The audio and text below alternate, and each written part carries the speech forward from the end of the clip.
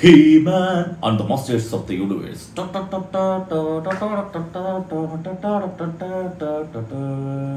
Nostalgia അടിച്ചില്ലേ? School കഴിഞ്ഞ് ഓടും ഇത് കാണാൻ വേണ്ടിയിട്ട്.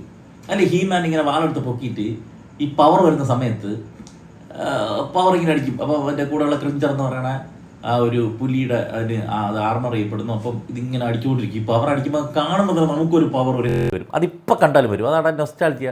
ഒരു സീൻ്റെ പവർ, ആ ഒരു പവറുള്ള ഒരു ഹീമാനെ കാണാൻ പോയപ്പോഴേക്കും ഹീമാൻ്റെ സ്പൂഫ് എടുത്ത് വെച്ചിരിക്കണം. മറ്റേ പണ്ടത്തെ 300 സിനിമയ്ക്ക് ഒരു സ്പൂഫ് ഇറങ്ങിയില്ലേ, മീറ്റ് ദ സ്പാർട്ടൻസ് അങ്ങനെ തോന്നുന്നുണ്ട്. അത് കണക്കൊരു സാധനം. ഹീമാൻ എന്ന് പറയുമ്പോൾ നമുക്ക് അത് ഇപ്പം ബെറ്റിസ്റ്റെ പോലെയോ അല്ലെങ്കിൽ നമ്മളെ ദിനോസർ പ്രഭാസിനെ പോലെയൊക്കെയുള്ള ഒരാളെ നമ്മൾ പ്രതീക്ഷിക്കും എന്ന് പറഞ്ഞ് പോയി കഴിഞ്ഞാൽ ഇതിലെ ഹീമാൻ എന്ന് പറഞ്ഞു കഴിഞ്ഞാൽ ഒരു അമൂല്. അയാൾ മുഖമൊക്കെ കാണാൻ ജാൻവി കപൂറിനെ പോലെ ഇരിക്കും. ഹീമാൻ വന്ന് നിന്നിട്ട് നിഷ്കുവായിട്ടുള്ള ഒരു ഹീമാനെ പിടിച്ചിങ്ങനെ നിർത്തിക്കണം. അതിന് പുള്ളി അവൻ്റെ സൂപ്പർമാനോ സ്പൈഡർമാനോ ഒക്കെ ആണെങ്കിൽ ഓക്കെ. പക്ഷെ ഹീമാൻ അങ്ങനെ അല്ലല്ലോ. കുറച്ചുകൂടി നമ്മുടെ ഈ മഹാഭാരതത്തിലെ ഭീമനൊക്കെ പോലത്തെ ഒരു സാധനമില്ലേ, ഭീമൻ ഗതയൊക്കെ വയ്ക്കുന്ന ഒരു പവർ വരുന്നുണ്ട്. ഇത് വരുന്നില്ല. അതല്ല അഭിനയം വെച്ച് നോക്കിയാൽ ഇടയ്ക്കിടയ്ക്ക് കലിപ്പ് പറഞ്ഞ സമയത്ത് ചോട്ടാ മുംബൈയിൽ കുപ്പി താഴെ പോകുമ്പോൾ ബിജുക്കുട്ടൻ എക്സ്പ്രഷൻ ഉണ്ടല്ലോ, അതൊക്കെ ഇട്ടുകൊണ്ടിരിക്കുന്നു ഹീമാൻ. അത് അങ്ങനെ ഒരു ഹീമാൻ. ഇത് ആ കഥയേ അല്ല. ഇത് ഈ കാലഘട്ടത്തിന് വേണ്ടിയിട്ട് വേറെ ഒരു രീതിയിൽ ചെയ്തു വെച്ചിരുന്ന ഒരു കഥ. അതിനുള്ള കുറേ ആൾക്കാരെ ഇതിനകത്ത് കാണാനില്ല. ചിലരൊക്കെ ലാസ്റ്റ് വരുന്നുണ്ട്. ഹീമാന് പ്ലാനറ്റിൽ നിന്ന് വന്ന് എർത്തിലൊന്ന് വീഴേണ്ടി വന്നു. അപ്പം ഈ വാള് കാണാനില്ല. വാൾ അന്വേഷിച്ച് ഹീമാൻ നടക്കുകയാണ്. വാള് കണ്ടുപിടിക്കണമെന്നൊക്കെ ഭയങ്കര നാച്ചുറലായിട്ട് വന്നിട്ടുണ്ട്. അതൊക്കെ എന്താണെന്ന് എനിക്കറിയാം. അങ്ങനെ ഭൂമിയിൽ കുറേ നേരമായിട്ട് കറക്കി, പിന്നെ മറ്റേ ഇവിടെ പോണ്, അങ്ങനെയൊക്കെ. ഈ പടത്തിൽ അതുപോലെ ആ സ്കെൽട്ടർ എന്ന് പറഞ്ഞ വില്ലൻ കാണുമ്പോൾ ടെററല്ലേ, ടെറർ വില്ലൻ. ഇതിനകത്ത് കോമഡി പീസ് എന്ന് പറഞ്ഞു കഴിഞ്ഞാൽ മൈഡിയർ കുട്ടിച്ചാത്തല്ലേ ജഗദീഷ് ചേട്ടനെ ഒരു സ്കെൽട്ട വാട്ടിക്കല്ല, നിന്നെ ഞാൻ കൊല്ലപ്പെടാ എന്നൊക്കെ പറഞ്ഞുകൊണ്ട് ആ കണക്കിന് ഇടയ്ക്കിടയ്ക്ക് ഒരു ഡയലോഗ് അടിച്ചിട്ട് വേണം. ഇതൊരു മനസാക്ഷി കുത്തുള്ള ഒരു പാവപ്പെട്ട ഒരു വില്ലനായിട്ടാണ് ഇയാൾ ഇതിനകത്ത് എടുത്ത് വെച്ചിരിക്കുന്നത്. ഇത് കംപ്ലീറ്റ് അതേ ക്യാരക്ടേഴ്സിനെ എടുത്ത് വെച്ചിട്ട് വേറൊരു കഥയാണ് ഇവർ കാണിച്ചിരിക്കുന്നത്. പിന്നെ പിള്ളേരെ ഫോക്കസ് ചെയ്തിട്ടാണ് ഇത് എടുത്തിരിക്കുന്നത്. പിള്ളേർക്ക് ഇഷ്ടപ്പെടുന്നത് കുട്ടിയൊക്കെയുള്ള സിനിമ. നമ്മൾ മറ്റേ പവർ ഹീമാനെ കാണാൻ പോയി കഴിഞ്ഞാൽ ഞാൻ അങ്ങനെയാണ് പോയത്. എനിക്ക് ഒട്ടുമായ എക്സ്പെക്ടേഷൻ മീറ്റ് ചെയ്തിട്ടില്ല.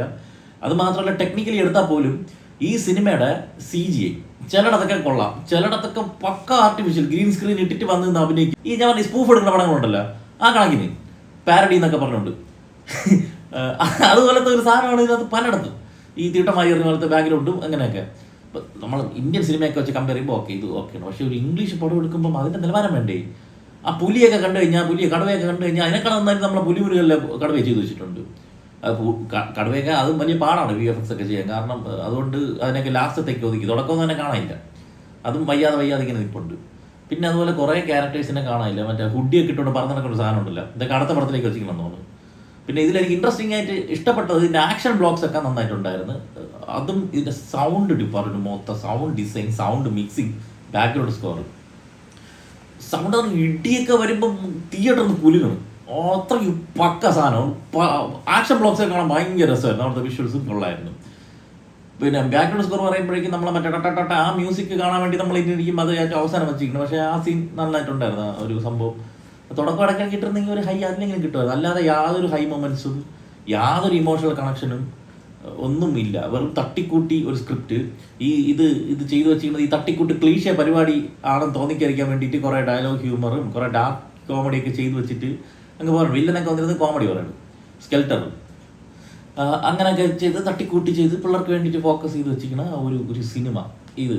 പിന്നെ ഒരു റോബോട്ട് ഉണ്ട് ഇതിനകത്ത്, അതും രസമുണ്ടായിരുന്നു. അതിൻ്റെ ക്യാരക്ടറും പരിപാടിയും കാര്യങ്ങളൊക്കെ കൊള്ളായിരുന്നു. ഇത് ഇത്രയും മാത്രമേ എനിക്ക് ഇതിനകത്ത് വർക്കായിട്ടുള്ളൂ, ഇഷ്ടപ്പെട്ടിട്ടുള്ളൂ. മെയിനായിട്ട് ഞാൻ മറ്റേ ഹീമാനെ കാണാൻ അവിടെ പോയത്. എനിക്ക് പിള്ളേരെ കളിപ്പിക്കണം. മറ്റേ ഈ സൂപ്പർമാൻ ഇതുപോലെ ഒരു മനോബലമില്ലാത്തൊരു സൂപ്പർമാനെ ഇപ്പോൾ ഇറക്കി വിട്ടിരുന്നു. അതുപോലെ എല്ലാത്തിനെയും പിടിച്ച് ഇങ്ങനെ ആക്കി കഴിഞ്ഞാൽ പിന്നെ ഒരു സൂപ്പർ ഹീറോ മൂവിക്കുള്ള ഒരു ടെംപ്ലേറ്റ് സ്റ്റോറി ഉണ്ടല്ലോ, അതിൽ തന്നെ അതിൽ പ്രത്യേകിച്ച് പുതുമയോ കാര്യങ്ങളോ ഒന്നുമില്ല. ഈ ആക്ഷൻ ബ്ലോക്സ് ഒക്കെ രസമുണ്ടായിരുന്നു. അവസാനത്തതും ഇടയ്ക്കുള്ളതും ഒക്കെ പരിപാടിയൊക്കെ തുടക്കത്തിലുള്ള എല്ലാം ആക്ഷൻ ബ്ലോക്സ് ഓക്കെ ആയിരുന്നു. പക്ഷേ CG ഒക്കെ ഭയങ്കര കണ്ണുകടിയാണ്. ഒരു ഉടായ്പ പരിപാടി. ഇത് ഭയങ്കര ബഡ്ജറ്റ് പിടിക്കാൻ വേണ്ടിയിട്ട് ചെയ്തു വെച്ചിരുന്ന പരിപാടിയാണ്. മറ്റേ ഒരു സെറ്റ് ഒരു ലൊക്കേഷൻ കാണിക്കുക, അവിടെ തന്നെ കുറേ നേരം സ്പെൻഡ് ചെയ്യും. അടുത്ത് വേറെ ലൊക്കേഷൻ കാണിക്കുക, അവിടെ തന്നെ സ്പെൻഡ് ചെയ്യും. അല്ലാതെ മറ്റേ മൂവ്മെൻറ്റ് പരിപാടിയില്ല.